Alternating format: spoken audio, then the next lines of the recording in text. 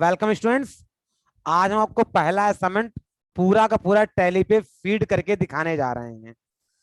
तो टैली पे पूरा असाइनमेंट फीड करने के लिए आप अपनी कॉपी ओपन कर लीजिए और कॉपी में जहां पे आपने असाइनमेंट बनाया है उसको ओपन कर लीजिए और ध्यान से कॉपी से देखते जाइए और सारी एंट्रियां आपको हम करके दिखा दे रहे हैं।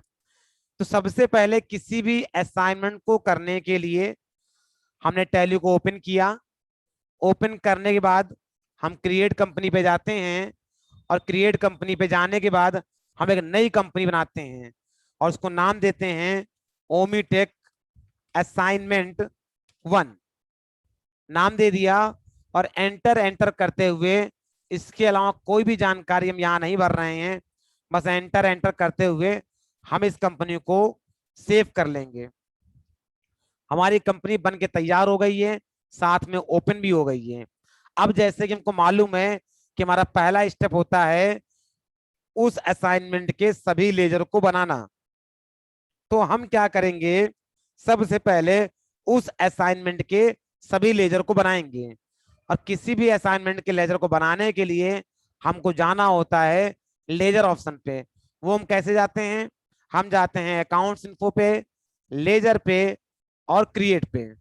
अगर हमको ये देखना है कि कितने लेजर पहले से बने बनाए हैं तो उसको देखने के लिए हम यहाँ से बाहर निकलेंगे।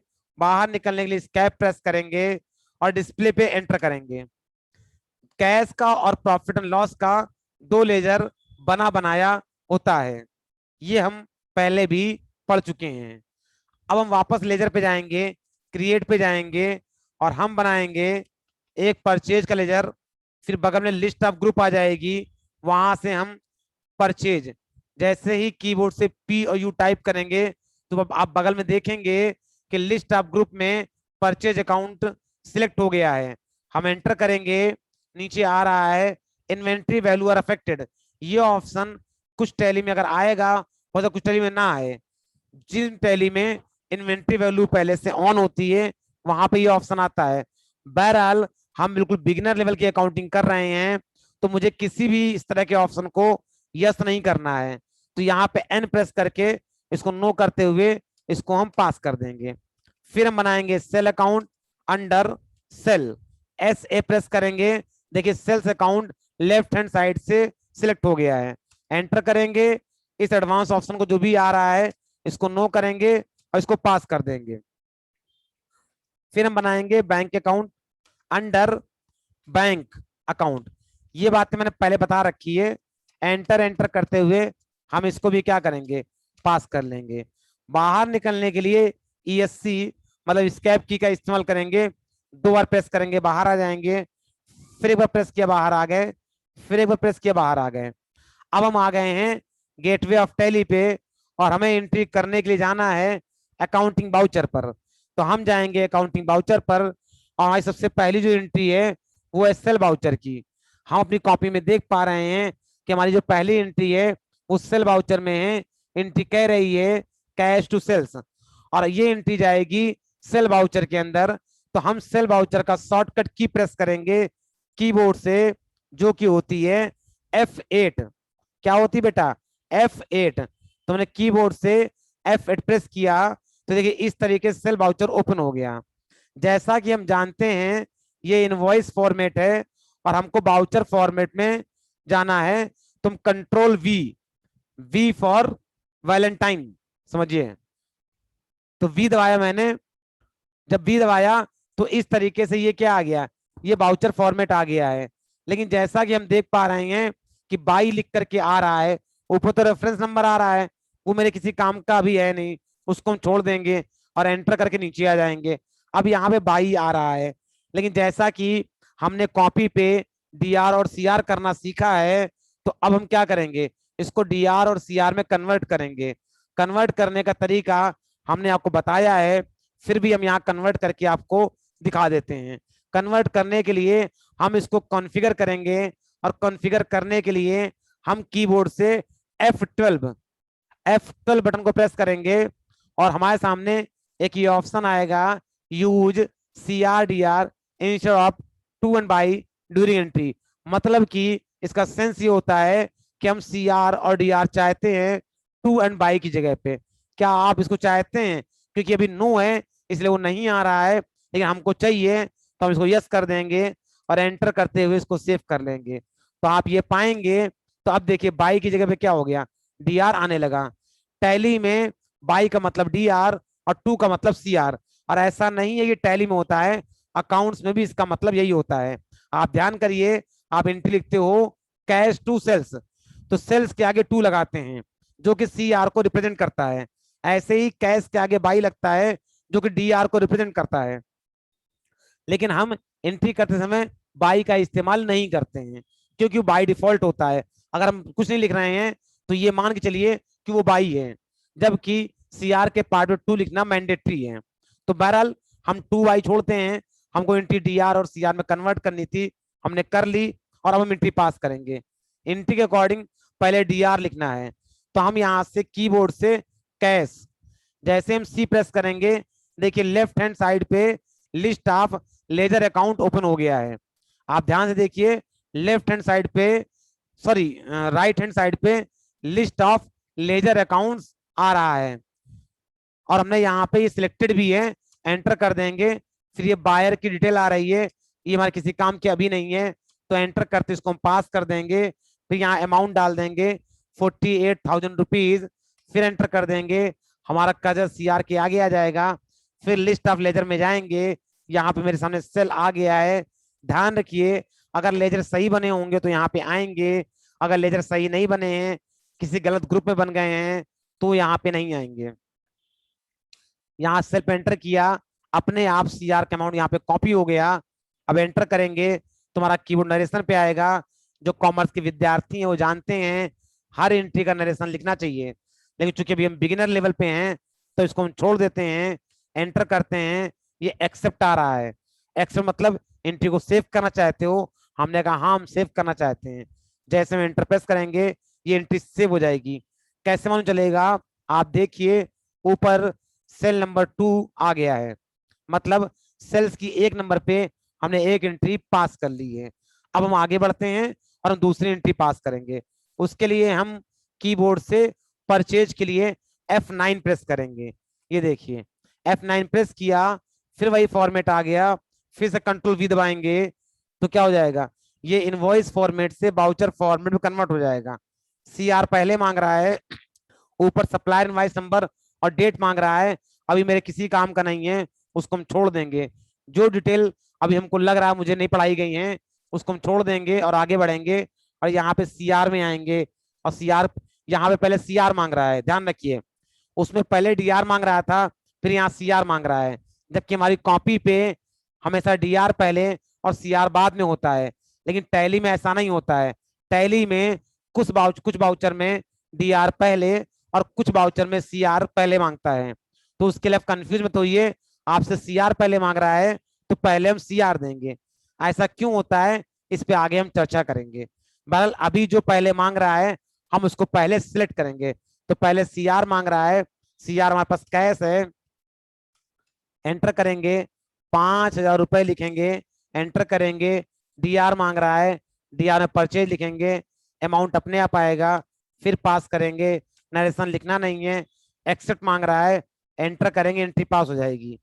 परचेज का 2 नंबर आ गया, इसका मतलब हमने परचेज वाउचर के 1 नंबर पे भी एंट्री पास कर दी है। आगे जाएंगे, अब हम तीसरी एंट्री पास करने जा रहे हैं। तीसरी एंट्री सेल की है, F8 प्रेस करेंगे, कंट्रोल V प्रेस करेंगे, एंटर करेंगे। पहले डीआर मांग रहा है, डीआर में एरो की सहायता से हम कैश लेंगे या कैश टाइप करेंगे, एंटर करेंगे। एंटर करते ही डेबिट का बैलेंस 24,000 रुपए आ रहा है, इसको लिखेंगे, फिर एंटर प्रेस करेंगे, सीआर पे सेल आएगा, एंटर करेंगे, फिर एंटर करेंगे और फिर एंटर करेंगे। और ये देखिए आपका यहाँ पास हो गया है। 3 एंट्री पास कर दी है मैंने। आगे बढ़ते हैं, चौथी एंट्री कॉन्ट्रा की है।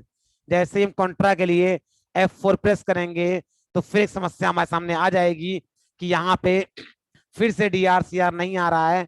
और जैसा कि हमने पढ़ा है ये एक सिंगल एंट्री फॉर्मेट है और अभी हमको सिंगल एंट्री फॉर्मेट नहीं पढ़ाया गया है, हमको पढ़ाया गया है डीआर सीआर, मतलब कि डबल एंट्री फॉर्मेट।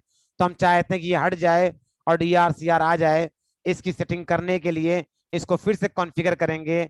और कॉन्फ़िगर कैसे होगा, हम प्रेस करेंगे F12 और यहाँ पे जा करके use single entry mode payment for receipt and contra, इन तीनों वाउचर के लिए ये सेटिंग एक साथ चेंज हो जाएगी।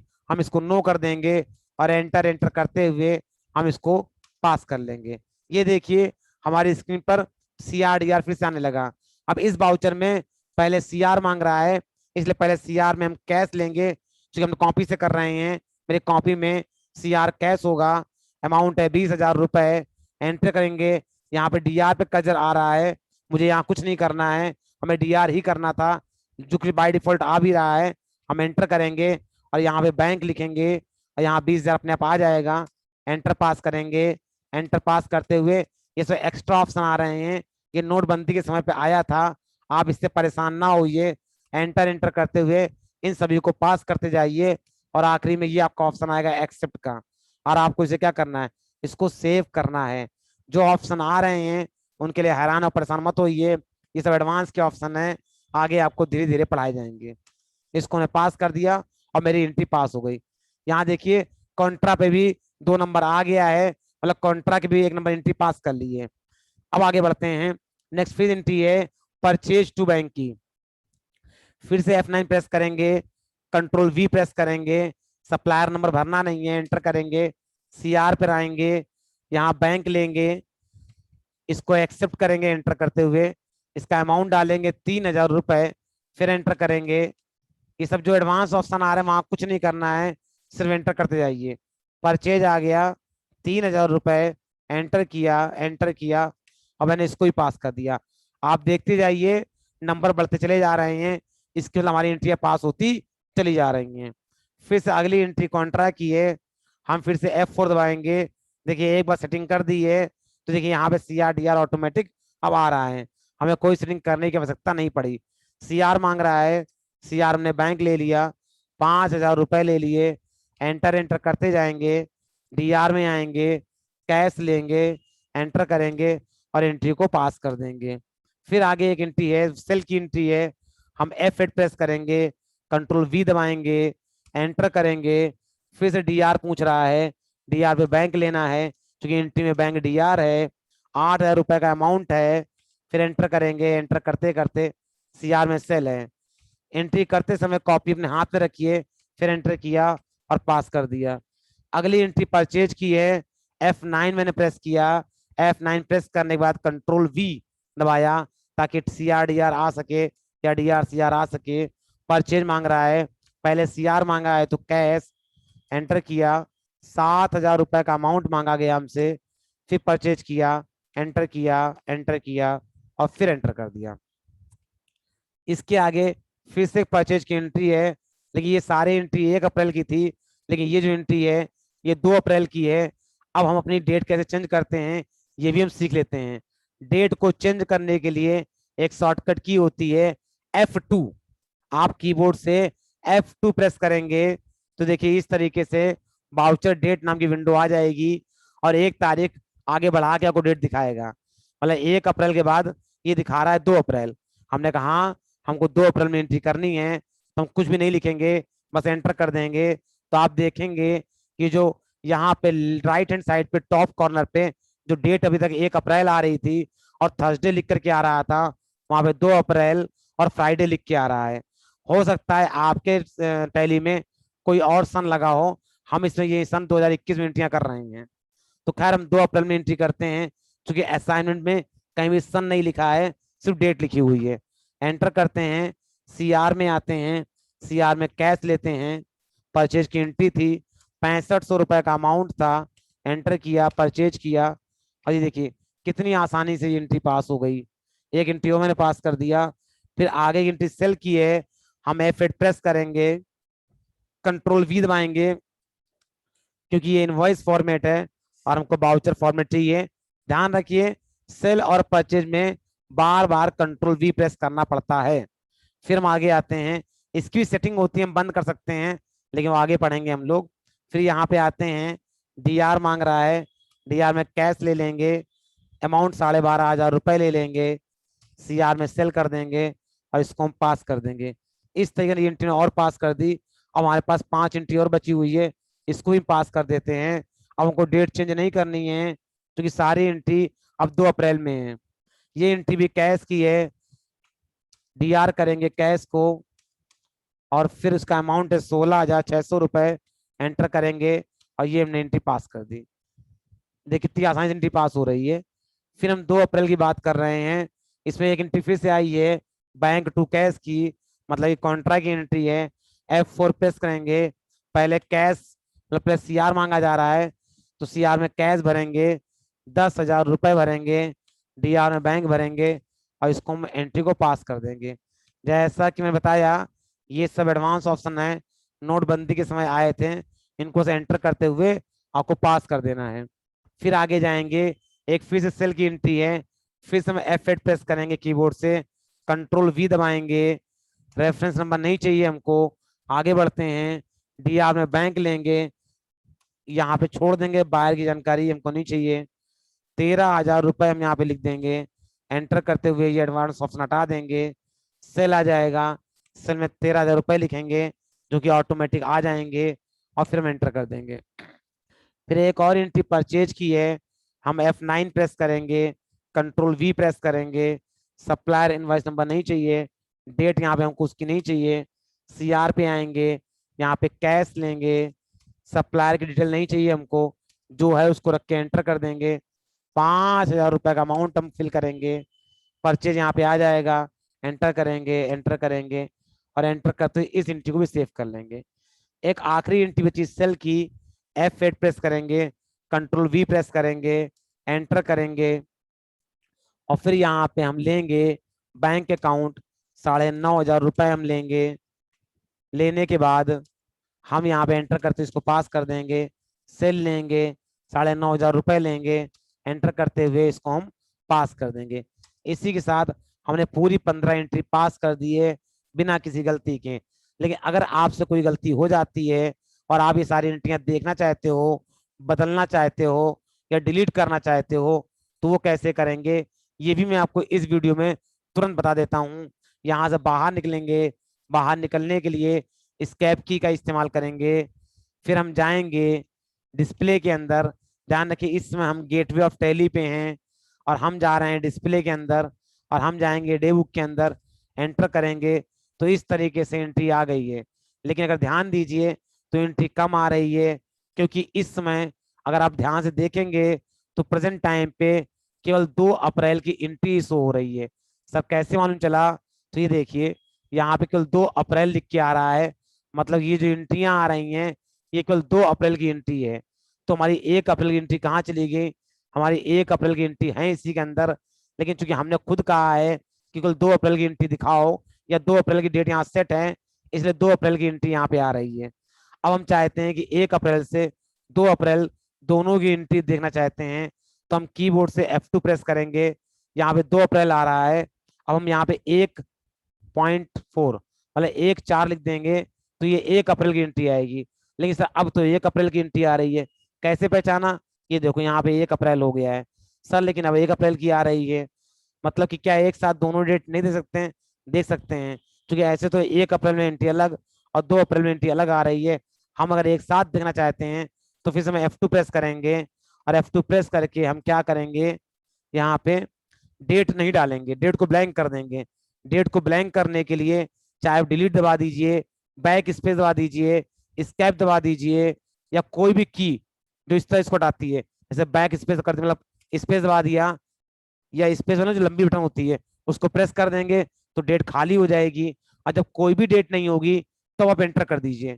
तो अगर खाली डेट पे एंटर करेंगे तो टैली क्या करेगा, वो शुरू से लेकर अंत तक जितनी भी एंट्रियां होंगी वो सारी एंट्रियां आपको दिखा देगा। अब आप देखिए तुम्हारी सारी एंट्रियां यहाँ पे आ गई हैं, सारी एंट्रियां आ गई हैं।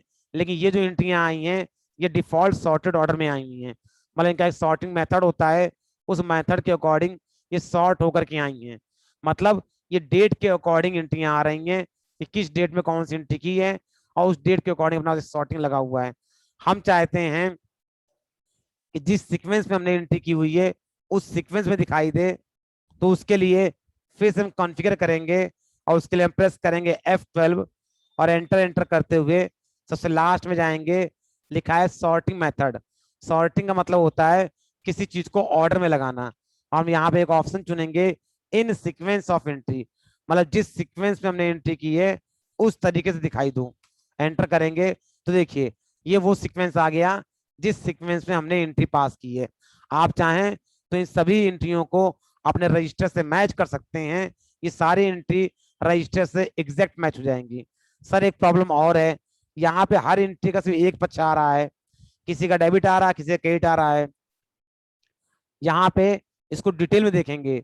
डिटेल में देखने के लिए हम अपने कीबोर्ड से Alt+F1 एक की प्रेस करेंगे। ये देखिए अब हर एंट्री का DR पक्ष और CR पक्ष दोनों आने लगा। कैसे, ये देखिए इस एंट्री का ये आ रहा है डेबिट और ये आ रहा है यहाँ पे इसका क्रेडिट।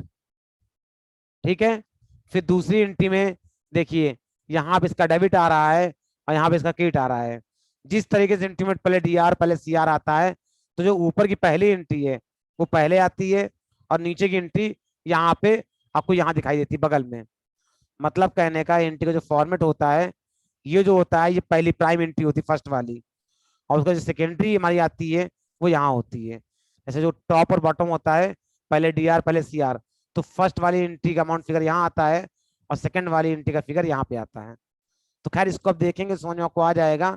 तो इस तरह डिटेल में कर दिया तो DR और CR दोनों पक्ष की एंट्री आपको यहाँ दिखाई दे रही है। ये देखिए इस तरीके से। सर अगर हमको कोई मॉडिफिकेशन करना हो तो कैसे करेंगे, यहीं पे एंटर कर देंगे और यहीं पे जो कुछ मॉडिफाई करना है, वाउचर मॉडिफाई करना है, डेट मॉडिफाई करनी है, DR और CR के लेजर मॉडिफाई करने हैं, या फिर आपको यहाँ अमाउंट मॉडिफाई करना है, तो सब कुछ यहाँ पे मॉडिफाई करके इसको सेव कर सकते हैं। और अगर आपको डिलीट करना चाहें तो यहीं पर Alt+D प्रेस करके आप इस एंट्री को डिलीट भी कर सकते हैं। हालांकि मुझे ऐसा कुछ करना नहीं है इसलिए हम कर नहीं रहे हैं, लेकिन अगर आपकी एंट्रियां गलत हो जाए तो आप इन ऑप्शन को ट्राई जरूर कर सकते हैं। इसके अलावा हमने यहाँ पे एंट्री को फीड करना, एंट्री को देखना, एंट्री को डिटेल में देखना, एंट्री को सीक्वेंस में देखना, एंट्री को मॉडिफाई करना और डिलीट करना, इन सभी बातों पे चर्चा मैंने कर ली है। अब इसका जो इंपॉर्टेंट चीज होती है कि हमने जो एंट्री पास की है इसका ट्रायल बैलेंस देखना है। इसके लिए कहाँ जाते हैं, डे बुक के ठीक ऊपर आ रहा है ट्रायल बैलेंस, इस पे एंटर करेंगे। ये ट्रायल बैलेंस हमारे सामने आ गया है, इसको डिटेल में करेंगे और डिटेल में करने के लिए हम कीबोर्ड से Alt+F1 प्रेस करेंगे। हमारी स्क्रीन पर इस तरीके से ट्रायल बैलेंस आ गया है। अब इस ट्रायल बैलेंस को हम अपनी PDF फाइल के ट्रायल बैलेंस से मैच करेंगे। तो हम अपनी वो फाइल ओपन कर लेते हैं PDF वाली, ताकि इसको मैच कर सकें। तो ये रहा हमारा पहला असाइनमेंट और हम इसका ट्रायल बैलेंस ओपन करते हैं और अपने से मैच करेंगे। ये देखिए ये इसका ट्रायल बैलेंस आ रहा है। इनका कहना है कैश में 52,600 रुपए DR में और बैंक में 52,500 रुपए DR में होनी चाहिए। तो हमने कहा ठीक है, हम देखते हैं। हमने देखा ये तो अधूरी, ये तो दूसरी टैली थी, इसको बंद कर देते हैं। ये रही, ये देखिए 52,500 रुपए हमारा ये रहा, 52,600 कैश में रहा और 52,500 मेरा बैंक में रहा। एक बार फिर देख लेते हैं, बिल्कुल सही, कैश में 52,600 है और बैंक में 52,500 है। सेल में 1,31,600 CR में है और पर्चे में 26,500 रुपए हैं। वापस आते हैं, देखते हैं, बिल्कुल सही फिगर मैच कर गई। मतलब हमारा ट्रायल बैलेंस हमारे PDF फाइल के ट्रायल बैलेंस से मैच कर गया है। इसका मतलब हमने बिल्कुल ठीक एंट्री की है। अब अगर मैच नहीं करता है, इसका मतलब कहीं ना कहीं एंट्री करने में आपने गलती की हुई है। अब एंट्री को कैसे उतारते हैं, उसके लिए वापस कहाँ जाते हैं, आप जाइए डिस्प्ले के अंदर, डे बुक के अंदर सारी एंट्रियों को स्पेस से ओपन कर लीजिए और एंट्री ओपन करने के बाद आप एक एक एंट्री को चेक करिए कि कहीं आपने कोई एंट्री गलत तो नहीं कर दी है। इसके अलावा और भी तरीके होते हैं इसको ठीक करने के, जो आगे आने वाली क्लासेस में आपको हम पढ़ाएंगे कि अगर एंट्रियां गलत कर दी हैं तो कैसे उन एंट्रियों को ढूंढ करके सही किया जाए। तो ये आगे का टॉपिक है। पहले आप बहुत ही दिमाग से, बहुत ध्यान से एंट्री को पास करें ताकि गलती की गुंजाइश ना रहे। क्योंकि आप बिगिनर लेवल पे हैं, एंट्री को धीरे धीरे पास करें, आराम से पास करें, लेकिन सही पास करें। इसी के साथ आज ओवर करते हैं। मैंने आपको पहला असाइनमेंट पूरा करके दिखा दिया है। Thanks for viewing. मैं इसको बंद कर रहा हूं।